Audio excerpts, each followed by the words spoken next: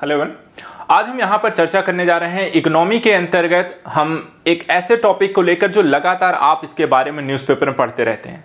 आपने देखा होगा कि भारत की जीडीपी को लेकर लगातार चर्चा होती है। जीडीपी भारत की कितनी है, वैश्विक स्तर पर भारत जीडीपी के आधार पर कितनी बड़ी अर्थव्यवस्था है, जीडीपी में कितना उतार आया, कितना चढ़ाव आया, जीडीपी ग्रोथ रेट कितनी है। तो यहाँ पे जीडीपी का मतलब क्या होता है, जीडीपी क्या है, इसका आकलन हम कैसे करते हैं, किन किन आधारों पे करते हैं, इससे संबंधित यहाँ पे इकोनॉमिकल जो हम कहते हैं कॉन्सेप्ट क्या है, उन सभी चीज़ों को हम यहाँ पर डिटेल से पढ़ने वाले हैं। तो चलिए आइए देखते हैं क्या है विशेष आज के इस टॉपिक्स में। सबसे पहले देखिए यहाँ पे सकल घरेलू उत्पाद जिसे हम कहते हैं जीडीपी। तो जीडीपी के संदर्भ में सबसे पहला ये पॉइंट हमारा यही है। जीडीपी को अगर हम कहें कि इसको अगर परिभाषित करना हो तो आप कैसे कहेंगे, तो बहुत ही सिंपल से शब्दों में अगर कहा जाए तो एक वर्ष के भीतर किसी भी देश में उत्पादित सभी वस्तुओं और सेवाओं का कुल जो मौद्रिक मूल्य होता है उसे हम यहाँ पर जीडीपी कहते हैं। ठीक है, तो यहाँ पर जीडीपी का मतलब किसी देश के एक वर्ष के भीतर समस्त जितनी भी वस्तुएं और सेवाओं का उत्पादन किया गया उनका टोटल मूल्य कितना हुआ, उस टोटल मूल्य को ही हम यहाँ पर क्या कहेंगे, उस देश की जीडीपी कहते हैं। बात करें जीडीपी को की गणना कैसे की जाती है, तो यहाँ पर तीन चीजें ध्यान रखिएगा। जीडीपी की जब हम गणना करने की बात करते हैं तो इसमें हम यहाँ पर उसके व्यय, आय और उत्पादन तीन तरीके से उसकी गणना करते हैं। तो सबसे पहले यहाँ पर एक एक करके इनके बारे में, जैसे कि आय के आधार पर आय विधि क्या है।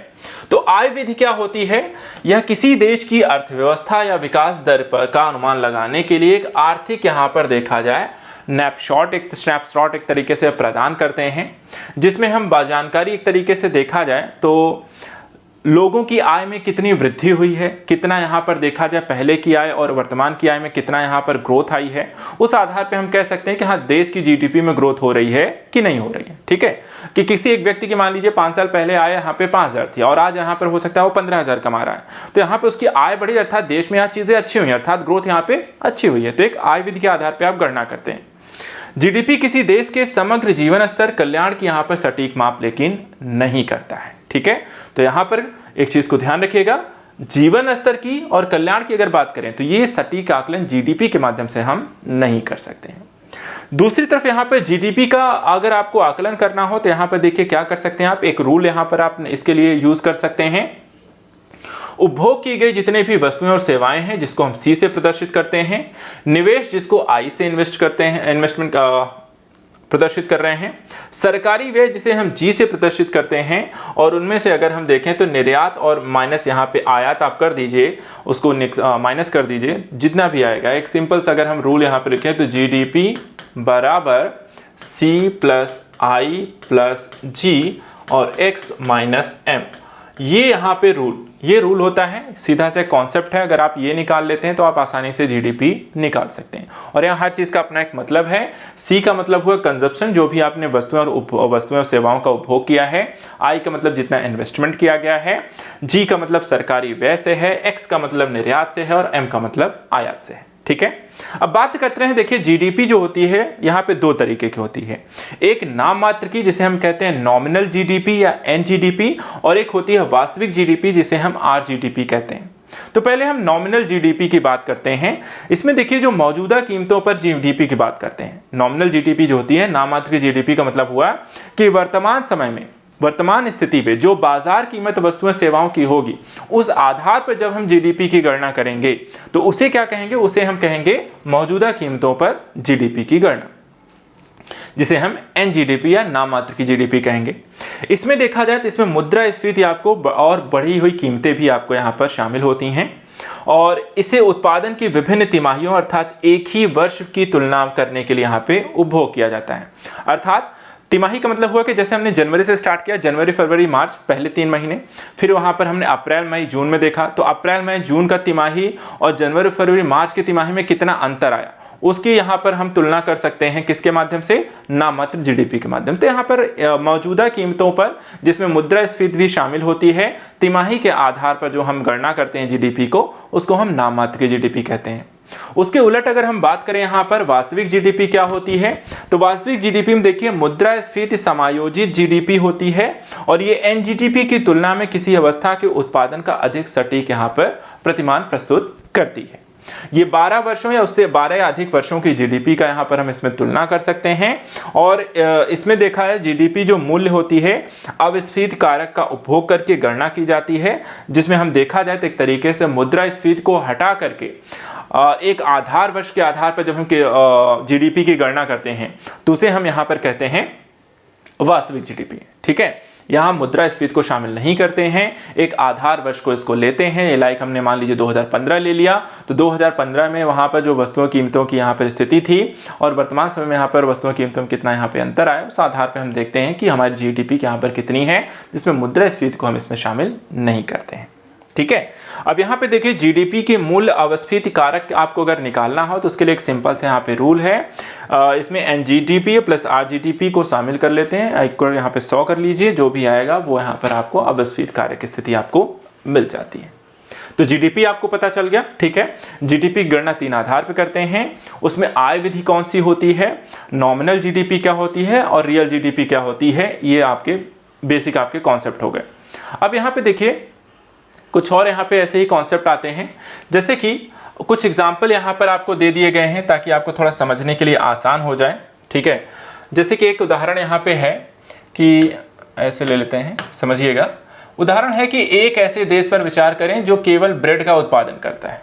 ठीक है, कोई भी देश ले लेते हैं, मान लीजिए यहाँ पे हमने ले लिया अफगानिस्तान को ले लिया। अफगानिस्तान में हमने कहा कि सिर्फ वहाँ पे ब्रेड का उत्पादन करते हैं। ठीक है, अब वहाँ पे देखो वर्ष 2019 में उसने 10 रुपये प्रति कीमत की दर पे 100 यूनिट का ब्रेड वहाँ पर सेल कर दिया है। कितना बेचा है, 10 रुपये प्रति की कीमत पर 100 यूनिट उन्होंने ब्रेड बेचा। तो वहाँ पर वास्तविक यहाँ पर मूल्य यहाँ पर कितना निकल कर आएगा, तो जीडीपी कितना हुआ आपका 1000 रुपये। वर्तमान मूल्य पर कितना निकल आया, आपने 1000 रुपये कमा लिया, अर्थात 10 ब्रेड की यूनिट 100 रुपये यूनिट प्रति ब्रेड यहाँ पे आपने बेच दिया, 1000 रुपये मिल गए। और वर्ष 2022 में इसने 15 रुपये की कीमत से 110 यूनिट ब्रेड का फिर से यहाँ पर उत्पादन किया। तो वर्तमान मूल्य क्या निकल के आया, 1650 रुपये हो गया। ठीक है, वहाँ पे थोड़ा सा ज़्यादा हमने सेल किया, पहले हमने 100 यूनिट बेची थी, अब 110 यूनिट बेची है। ठीक है, वहाँ प्राइस देखा जाए 10 रुपये था, यहाँ प्राइस कितना कर दिया हमने, 15 रुपये कर दिया। थोड़ा सा प्राइस भी बढ़ा, थोड़ा सा यूनिट भी हमने ज़्यादा सेल किए, और देखा जाए तो डिफरेंस कितना है, यहाँ 1000 है, यहाँ 1650 है।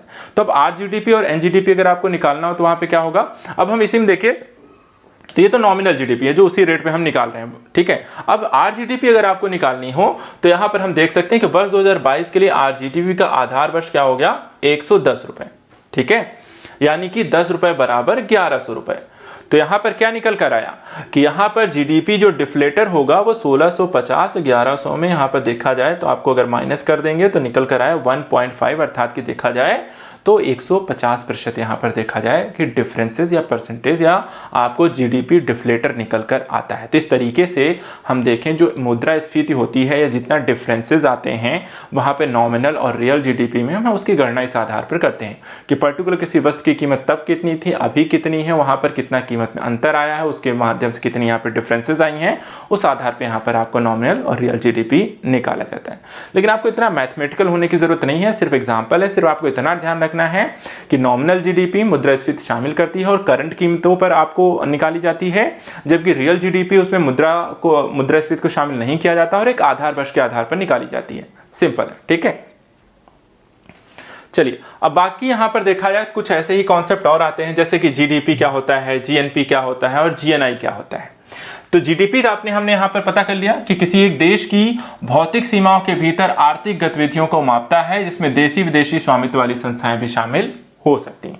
ठीक है, तो यहाँ पर भारतीयों कंपनियों के द्वारा उत्पादित किया जाए या विदेशी कंपनियों के द्वारा उत्पादित किया जाए उससे मतलब नहीं है। भारत में यहाँ पर कितना उत्पादित किया जाए भौतिक सीमाओं के अंतर्गत, वो सब कुछ यहाँ पर हम शामिल करते हैं जीडीपी में, वो भी एक साल के अंदर, जिसमें सभी वस्तुओं सभी सीमाओं के मौद्रिक मूल्य शामिल होंगे।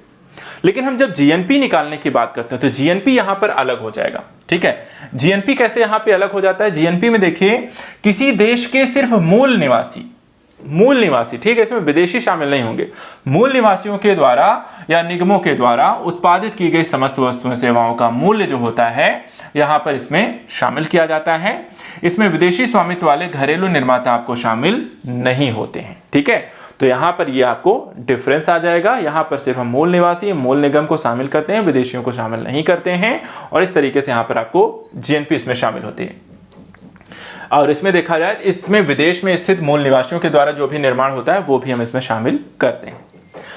इसके बाद हम बात करें जीएनआई क्या होती है, तो जीएनआई में देखें तो किसी देश के नागरिकों के द्वारा अर्जित सभी आय का योग, जिसमें घरेलू, विदेशी, घरेलू आय, अप्रत्यक्ष व्यापार कर, मूल्यह्रास, शुद्ध विदेशी कारक आय, लगभग हर एक चीज आपको शामिल होती है। ठीक है, तो जीएनआई का मतलब क्या होता है? जीएनआई का मतलब हुआ किसी देश के नागरिक के द्वारा अर्जित सभी आय का योग, चाहे उसमें देखा जाए तो आपका घरेलू आय भी शामिल होती है, उसमें अप्रत्यक्ष व्यापार कर भी शामिल होगा, उसमें मूल्यह्रास भी शामिल किया जाएगा और उसमें शुद्ध विदेशी कारक आय भी शामिल होगी। इन सब चीजों को हम उसमें मिलाते हैं। तो इस तरीके से जो आय टोटल इन सब से मिलकर बनती है उसे हम कहते हैं जीएनआई। अब यहाँ पे देखिए कुछ कॉन्सेप्ट आते हैं कि लाइक अगर आपको जीडीपी इत्यादि को निकालना हो तो किस लागत, जैसे कारक लागत होता है, बाजार मूल्य होता है, फैक्टर कॉस्ट जीडीपी होती है, तो वो क्या होता है, वो कैसे निकाला जाता है। तो उसमें देखिए कुछ कॉन्सेप्ट यहाँ पे दिए गए हैं, जैसे कि कारक लागत फैक्टर कॉस्ट पे निकाला जाता है। तो इसमें होता क्या है, किसी वस्तु के निर्माण में लगने वाले इनपुट का कुल मूल्य। ठीक है, कारक लागत क्या होती है कि किसी वस्तु के निर्माण के दौरान उसमें जो जो इनपुट्स लगे हैं उसको उत्पादित करने के लिए, लाइक बिजली आपको क्या लगी है, मशीनरी कौन सी लगी है, कितने लोग यहाँ पे श्रमिक लगे हैं, भूमि पूंजी इत्यादि क्या लगी है, जितने भी इनपुट लगते हैं उन सब को यहाँ पर मिला करके फाइनल जो प्रोडक्ट का प्राइस हम निर्धारित करते हैं वो किस आधार पे, कारक लागत के आधार पे। इसी तरीके से बाजार मूल्य क्या होती है, बाजार मूल्य पे हम देखिए कारक लागत भी लगा देते हैं, अप्रत्यक्ष कर यहाँ पे लगा देते हैं, सब्सिडी इसमें यहाँ पर देखा जाए तो हटा देंगे। तो इस तरीके से यहाँ पर देखा जाए, अब इसमें देखा जाए तो आपको ये सारी चीजें लागू करने के बाद हम फैक्टर कॉस्ट पर जीडीपी भी निकालते हैं। जब फैक्टर कॉस्ट पे आपको जीडीपी निकाली जाती है तो यहाँ पर देखा जाए मार्केट प्राइस जो भी है बाजार मूल्य पर जीडीपी, और उसमें देखा जाए आपको सब्सिडी और अप्रत्यक्ष कर होती है। इसी तरीके से यहाँ पर आपको देखा जाए अगर मार्केट प्राइस पर जीडीपी निकाला जाए तो उसमें हम जीवीए को मल्टीप्लाई मार्केट प्राइस से कर देते हैं। मार्केट प्राइस पर अगर जीडीपी जो होती है भारत में देखा जाए तो जीडीपी का माप किया जाता है। ठीक है, मार्केट प्राइस पर जीडीपी, भारत में जीडीपी का माप है। और सकल मूल्य वर्धन जिसे हम जीवीए कहते हैं, सकल मूल्य वर्धन जीवीए जो होता है वो उसमें अगर देखा जाए तो वो बराबर किसके होता है, बराबर होता है जीडीपी प्लस वहां पर देखा उत्पादों पर सब्सिडी उत्पाद और कर यहाँ पर आपको देखा जाए तो इसमें आपको शामिल होगा।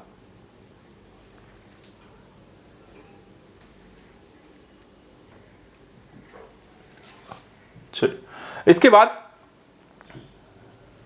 ओके ठीक है, तो ये यहाँ पर कॉन्सेप्ट जो भी था सारा कुछ हमने इसमें डिस्कस कर लिया।